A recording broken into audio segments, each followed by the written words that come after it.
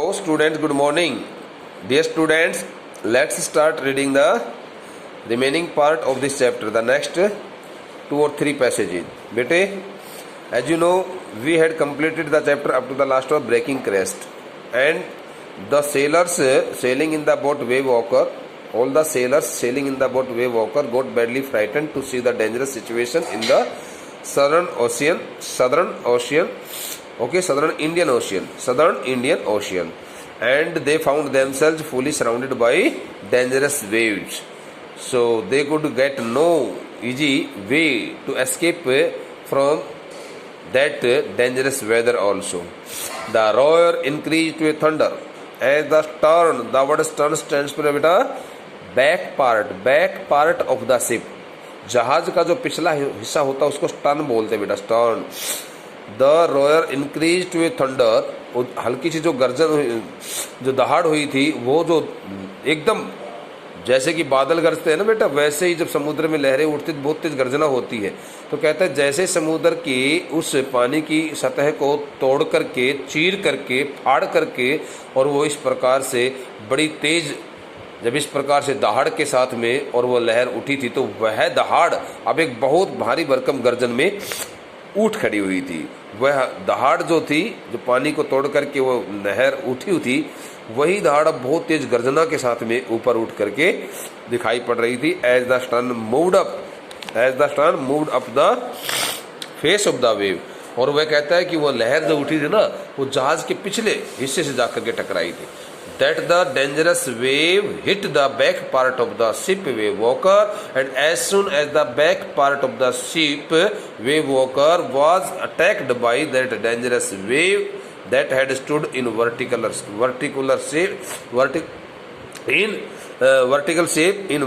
shape, okay, had hit the back part of the ship, and as soon as the back part of the ship was attacked by that the vertical shaped wave, the front part of the ship Wave Walker also turned to some other direction. वो कहता है कि जैसे ही पिछले हिस्से से जाकर के वो बहुत भयंकर गर्जना के साथ में जो लहर उठ खड़ी हुई थी, वो टकराई थी, तो कहता है कि हमारी जहाज का हिस्सा, हमारी जहाज का जो दिशा थी, वो थोड़ी सी इस प्रकार से टेढ़ी हो गई थी.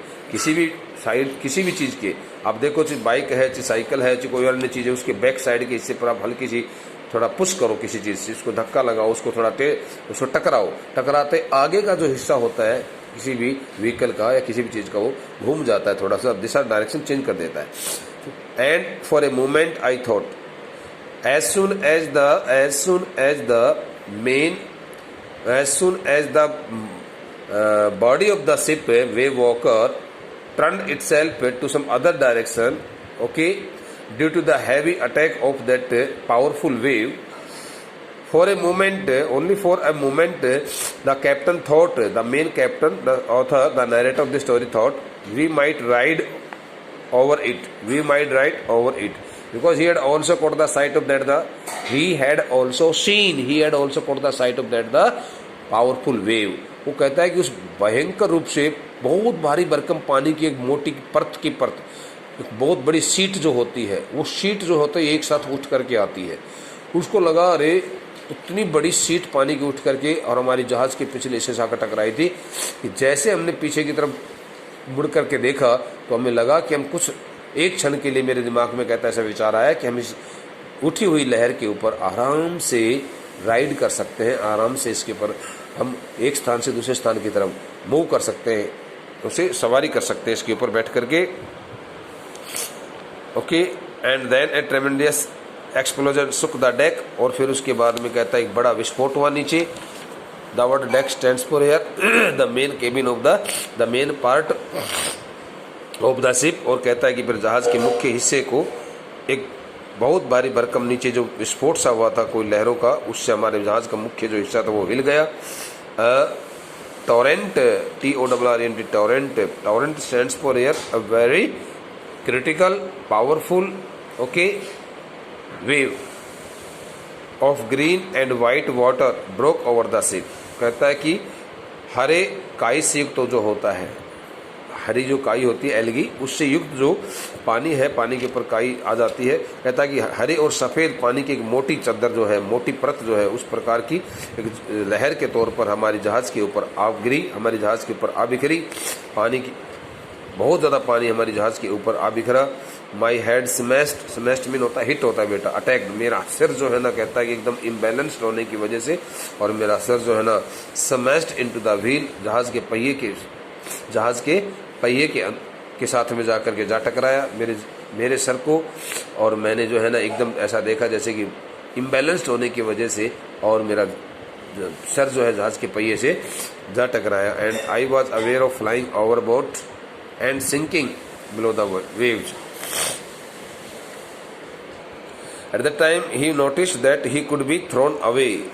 Overboard stands for here बेटे from on board a vessel into the water.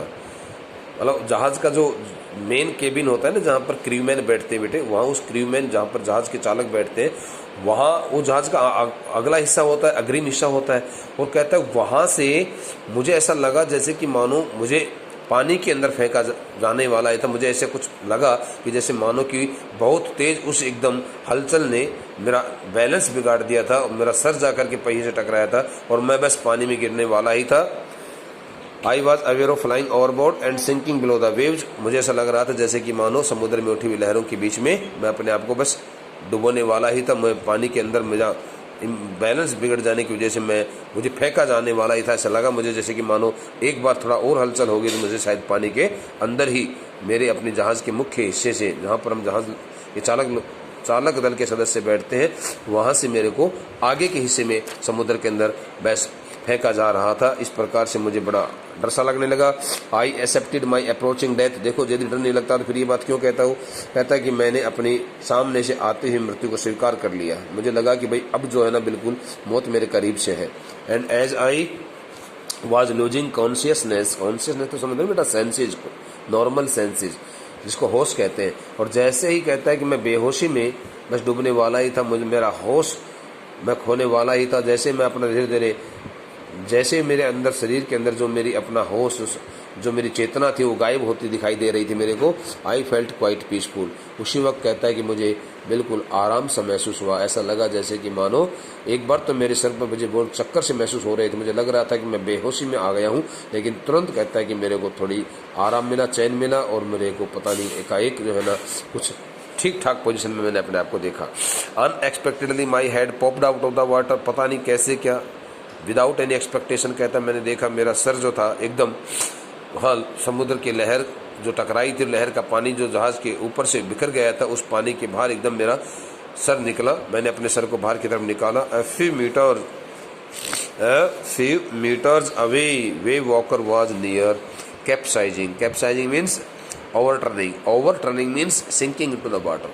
कहता है कि कुछ मीटर दूरी के ऊपर ही, कुछ मीटर दूरी पर ही मुझे ऐसा लग रहा था कि कुछ मीटर दूरी से ही वेव वॉकर जो है ना, अब थोड़ी सी कुछ मीटर दूरी और आगे, थोड़ा सा और आगे बढ़ती हुई स्थिति में, और मुझे हमारी अपनी जहाज़ वेव वॉकर पलटती हुई नज़र आ रही थी। ऐसा लग रहा था कि कुछ मीटर दूरी और चली, थोड़ी सी कुछ मीटर दूरी को और पार करते हुए हमारी जहाज़ शायद इन लहरों से टकरा करके और शायद डूबने की स्थिति में नज़र आ रही थी। A few meters away, कुछ मीटर की दूरी पर wave Walker was near capsizing. Wave walker हमारी जहाज़ बस अब डूबने के, पलटने के कगार पर ही थी, पानी में डूबने वाली ही थी। But masts almost, her mast stand for air, the vertical poles होते हैं बेटा, vertical. Unexpectedly my head popped out of the water. Okay, मैंने अनुमान भी नहीं लगाया था, बगैर किसी अनुमान के ही अचानक ही मेरा सर जो है कहता कि पानी से एकदम बाहर निकला। एफी मीटर अवे, हालांकि हमने पढ़ लिया बेटा, फिर दोबारा पढ़ा देता हूँ। कुछ मीटर दूरी पर ही मुझे ऐसा लगने लगा कि वेव वॉकर हमारी जहाज़ बस अभी पलटने वाली ही थी, पानी में डूबने वाली थी, उसके बिल्कुल करीब, लगभग डूबने के कगार पर थी, लगभग डूबने के कगार पर थी। Was about to sink into the water, Wave Walker was about to sink into the water. Her masts, the word mast stand for air, strong, powerful, upright poles. Upright poles का मतलब मैंने कहा कि सीधे जो खड़े पोल्स होते हैं। मास्ट्स के साथ ही में उनका जो जहाज़ का जो सामने का जो हिस्सा होता है उसके आसपास वो मास्ट खड़ा होता है, अपराइट होता है, सीधा पोल इस प्रकार से खड़ा होता है, और उसके ऊपरी सिरे से और इस प्रकार से एक ट्रायंगल शेप के अंदर जो है ना एक कपड़ा होता है वो बांध दिया जाता है, ताकि वो जहाज़ को आगे खिसकाने में, आगे ले जाने में मदद कर सके। उसको सेल बोलते हैं। हर मास्ट ऑलमोस्ट हॉरिजेंटल, मेरे अपने जहाज़ के जो खड़े पोल थे वो लगभग झुक चुके थे। हॉरिजेंटल का मतलब क्षितिज होता है, झुक चुके थे, टेढ़े हो चुके थे। देन ए वेव हर्ल्ड हर अपराइट, फिर कोई एक लहर उठी, उस लहर ने हमारी जहाज़ के झुके हुए हिस्से को एकदम सीधा कर दिया।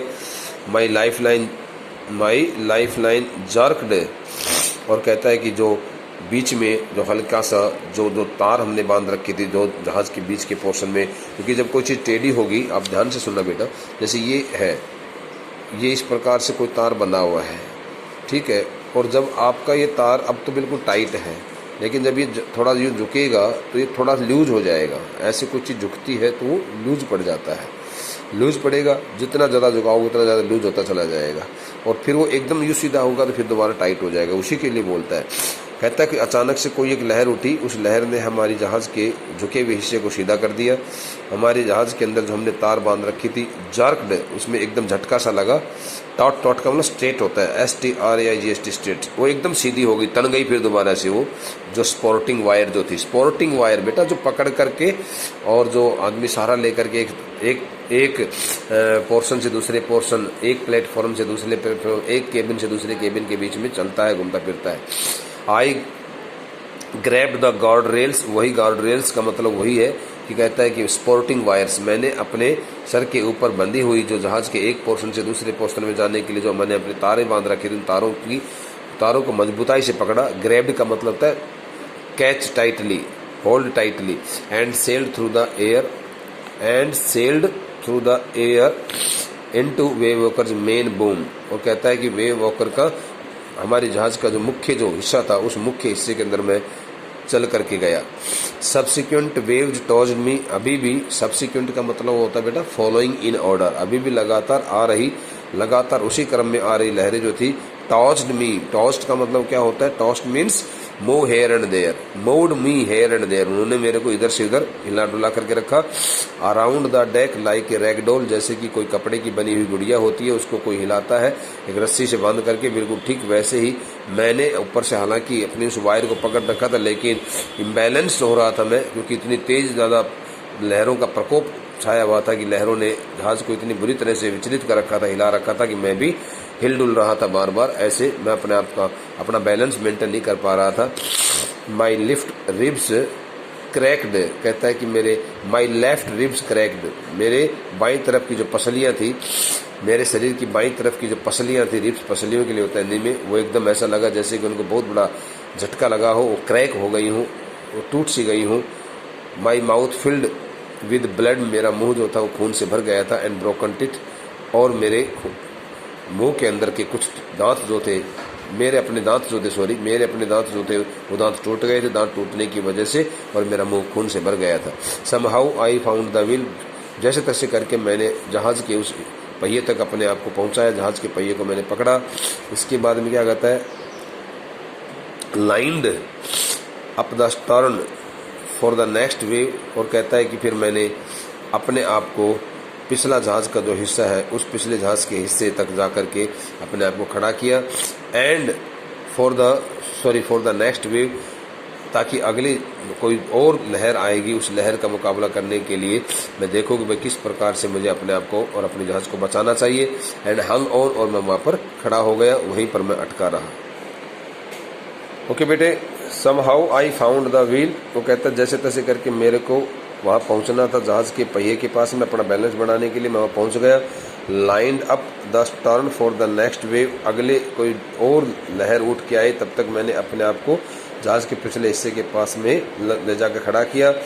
एंड हंग ऑन मीन मैंने कहा अटैच्ड, या फिर वहाँ पर खड़े हो जाना। बी अटैच्ड टू किसी चीज़ से चिपक करके और वहीं पर ही खड़े रहना चुपचाप, कि भाई कहीं किसी प्रकार की हलचल ना हो जाए, और हलचल होती है तो अपने आप को बचा करके सेफ मोड पर रखना।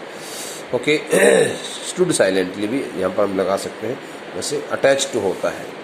तो कहता है इस प्रकार से भाई ये सब हमारे साथ हुआ, और बहुत भयंकर लहरों के बीच फंसा पड़ा था। कहता है बहुत भयंकर लहरें चल रही थी, इतनी तेज़ लहरें उठ रही थी कि जहाज़ को हिला डुला रही थी, जहाज़ कि जो भी ऊपर के हिस्से जो थे पोल वगैरह थे उन सबको उन्होंने तोड़ मरोड़ दिया था, टूट फूट गए थे। अब कहता है आखिरकार और सभी लोग तो अपनी जगह पर बैठे हुए थे, लेकिन मैं मुख्य कैप्टन था, मैंने क्योंकि इस जहाज़ के बारे में सब कुछ मैंने चेक किया हुआ था। अब जहाज़ का बेटा ये कितनी लंबी जहाज़ है, देखो 23 मीटर लंबी जहाज़ है, करीब 70 से 72 फीट लंबी जहाज़ है। तो बीच का जो पोर्शन होता है, बीच के जो केबिन्स बना रखे हैं, उनमें आने जाने के लिए तार तो ऊपर बांधा जाता है ना, फट्टे भी लगाए जाते हैं।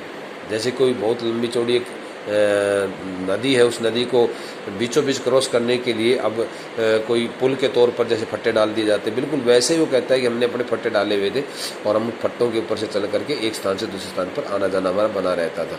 लेकिन अब हमेशा फट्टों पर नहीं चलेंगे, वो पानी जब जहाज़ को इतना ज़्यादा लहरें उसको विचलित कर रही हैं, तो वो चाह रहे थे कि किसी प्रकार से और जहाज़ को थोड़ा सुरक्षित ढंग से बना के रखा जाए।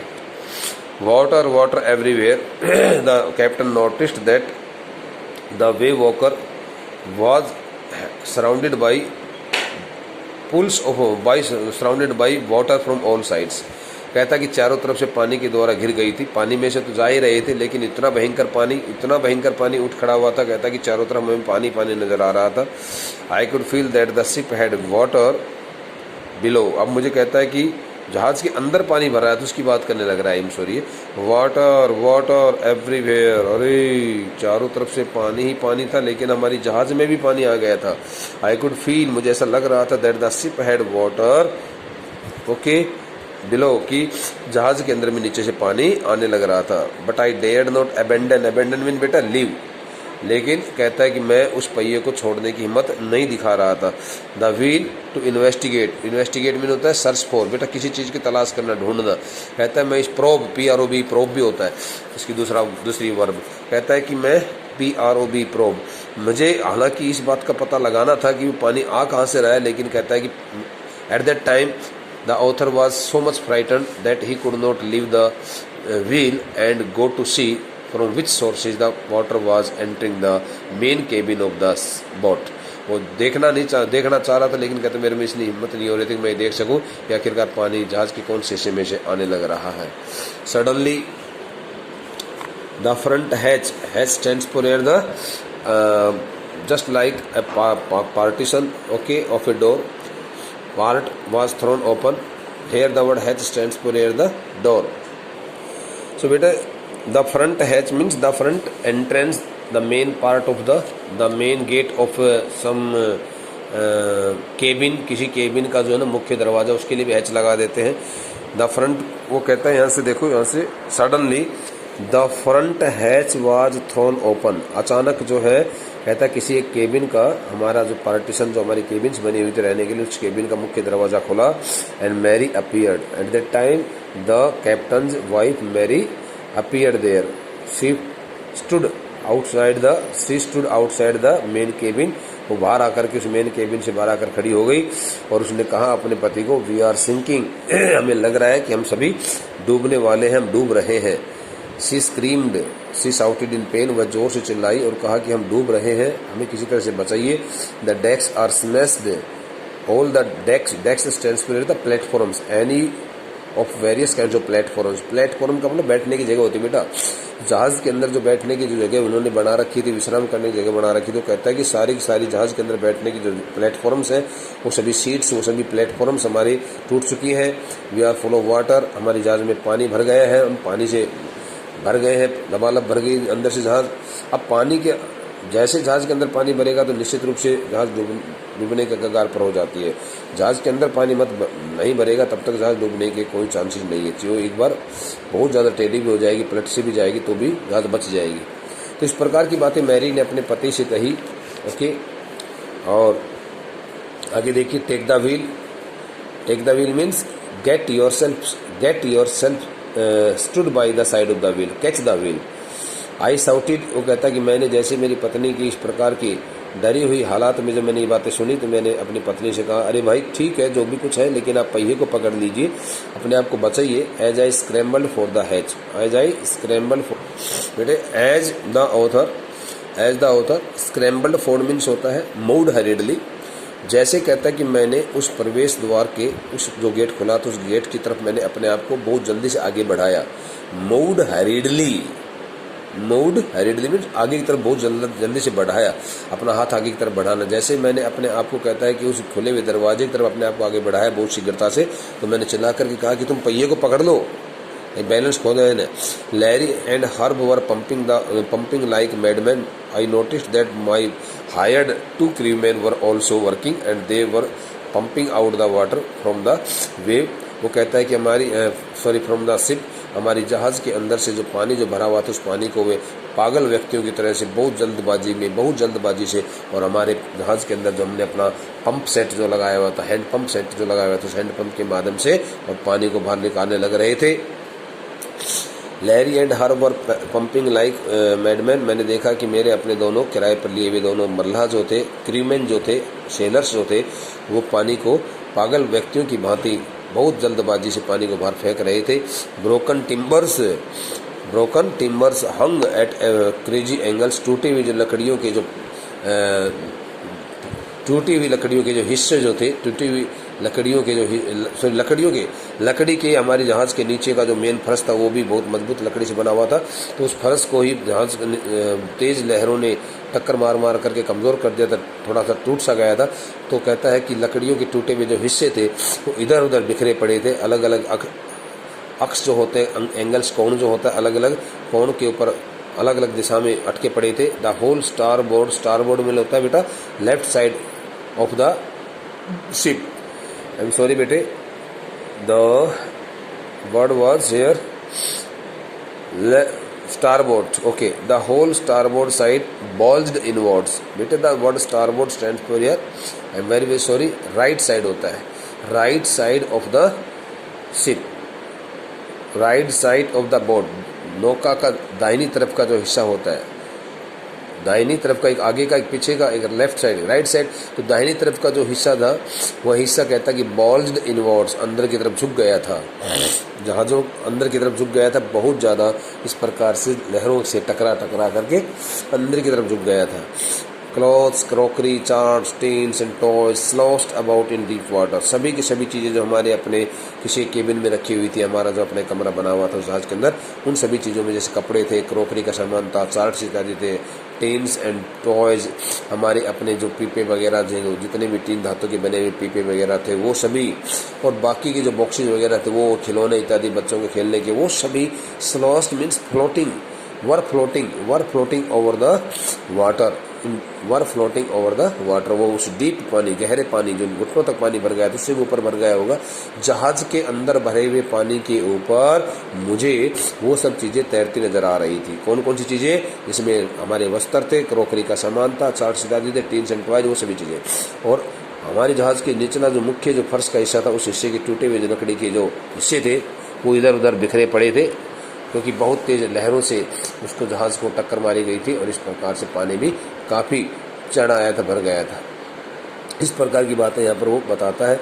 और हमारी जहाज़ का जो दाहिनी तरफ का हिस्सा था वो अंदर की तरफ धंस गया था। अंदर की तरफ धंसने का मतलब, जैसे ये बेटा एक मिनट में आपको बताता हूँ, जैसे टेक्स्ट बुक है, ये है स्पोर्ट, ये दाहिनी तरफ का हिस्सा है, kindly look at this point, ये दाहिनी तरफ का हिस्सा है, ठीक है। अब यहाँ तक तो ये जितना भी खड़ा है हिस्सा, ये हिस्सा जितनी भी ऊंचाई का है, जहाज़ का जो राइट साइड और लेफ्ट साइड के जो बगल के जो हिस्से होते हैं वो जितने भी ऊंचे हिस्से उन्होंने बना रखे थे, इसकी कोई मेजरमेंट नहीं दिया हुआ है। अब यहाँ से अब मैं देख रहा हूँ, यहाँ जैसे जहाज वो लहर टकराएगी, लहर का पानी इधर से, तो जब तक ये मजबूत है तब तक इस लहर के पानी को सहता रहेगा, इसकी टक्कर को सहन करता रहेगा। लेकिन जैसे कोई बहुत तेज लहर आकर के टकराएगी तो ये क्या करेगा, यही देखो इधर देखो, ये जो हिस्सा है ना जो खड़ा है अभी, ये यूँ हो जाएगा, यूँ। अब जैसे यूँ होगा, जैसे टेढ़ा हो जाएगा यूँ, इस पर उसको कहते हैं बॉल्ज्ड इनवर्ड्स, तो वो अंदर की तरफ यूँ झुक गया था। अब अंदर की तरफ यूँ झुक जाएगा, काठ का बना हुआ ही, काठ की बनी हुई नौका थी, अंदर की तरफ टूट करके थोड़ा टेढ़ा हो गया। अब पानी तो बिल्कुल उसके ऊपर से बहुत सहजता से, बहुत आराम से जहाज़ के अंदर आता रहेगा, थोड़ी सी भी हल्की सी भी कोई लहर उठेगी तो लहर का पानी इसके ऊपर से सीधा जहाज़ के अंदर आएगा। अब यूँ खड़ा था तब तक ये पानी को रोक रहा था ये हिस्सा। तो इसी प्रकार से वो बताता है कि हमारी जहाज़ का जो दाहिनी तरफ का हिस्सा था वो ऐसे अंदर की तरफ झुक गया था, और हमने देखा कि पानी बहुत ज़्यादा भर गया था। पानी भरे हुए पानी के ऊपर, उस गहरे पानी के ऊपर बहुत ज़्यादा हमारे घर की जो चीज़ें थी हम जो अपने साथ लेकर आए थे वो इधर उधर विचरण कर रही थी, तैरने लग रही थी। इस प्रकार से कहता है कि मेरे को ये सब दिखाई पड़ने लगा। ओके बेटा, आई हाफ स्वयं हाफ क्रॉल्ड, आधा तैरते हुए इसी स्थिति में, क्योंकि पानी भरा हुआ था, घुटनों तक था, तो थोड़ा कभी बीच बीच में तैरने में सब लगा, ऐसा उसको लगा, और आधे रेंगने की स्थिति में मैं अपने बच्चों की केबिन में पहुंचा। Are you all right, I asked, मैंने अपने बच्चों के पास जाकर बच्चे के बेटे तुम सभी ठीक तो हो? यस दे आंसर्ड, उन्होंने जवाब दिया। From an upper bunk, bunk का मतलब क्या होता है? Upper part of the platform, और जैसे कि सेल्फ नहीं होती, कोई दराज वगैरह टांड वगैरह होती है, उसके लिए लगा रखा है बंक, सेल्फ। कहता है ऊपर वाले हिस्से में, जैसे कि ऊपर वाले हिस्से में जो जगह हमने उनके लिए बैठाने के लिए, उनको सुलाने के लिए, बैठने के लिए जो बना रखी थी, उस ऊपर वाले हिस्से में से उनका जवाब आया, मेरे को मिला कि हम ठीक हैं, but my head hurts a bit, pains a bit, said Shiv pointing to a big bump okay above her eyes. वो कहती है कि मैं उनके अपने केबिन के बाहर वाले हिस्से पर गेट पर खड़ा था, तो मेरी लड़की सूजन ने अपने उसके माथे के ऊपर, उसके सर के ऊपर जिस प्रकार से कोई चोट लगी हुई थी, चोट की तरफ इशारा करते हुए उसने कहा कि पापा मेरे सर में बहुत ज़्यादा मुझे तकलीफ हो रही है, दर्द हो रहा है। I had no time to worry about bumped head, सूजा हुआ जो स्वेलन हेड जो था, जिस माथे पर जिस सर के ऊपर बहुत ज़्यादा सूजन आ रही थी, मैंने कहा कि उस सूजन के तरफ मैंने कोई ध्यान नहीं दिया, क्योंकि मुझे पता था कि at that time the situation was uncontrollable and the boat's wave walker okay was about capsizing. वो बिल्कुल इस प्रकार से डूबने के कगार पर थी। तो मैंने सोचा कि बच्चों की कहीं चोट आ भी गई है, क्योंकि जब जहाज का हिस्सा यूं टेढ़ा मेढ़ा होगा, यूं हिले डुलेगी, तो बच्चों के भी वहाँ ऊपर केबिन में बैठे वही सिर जो है ना कहीं जहाँ टकराया होगा, उनके चोट लग गई थी। ओके बेटे, the rest of the part of this chapter will be attended by us in the next lecture. Thank you बेटे।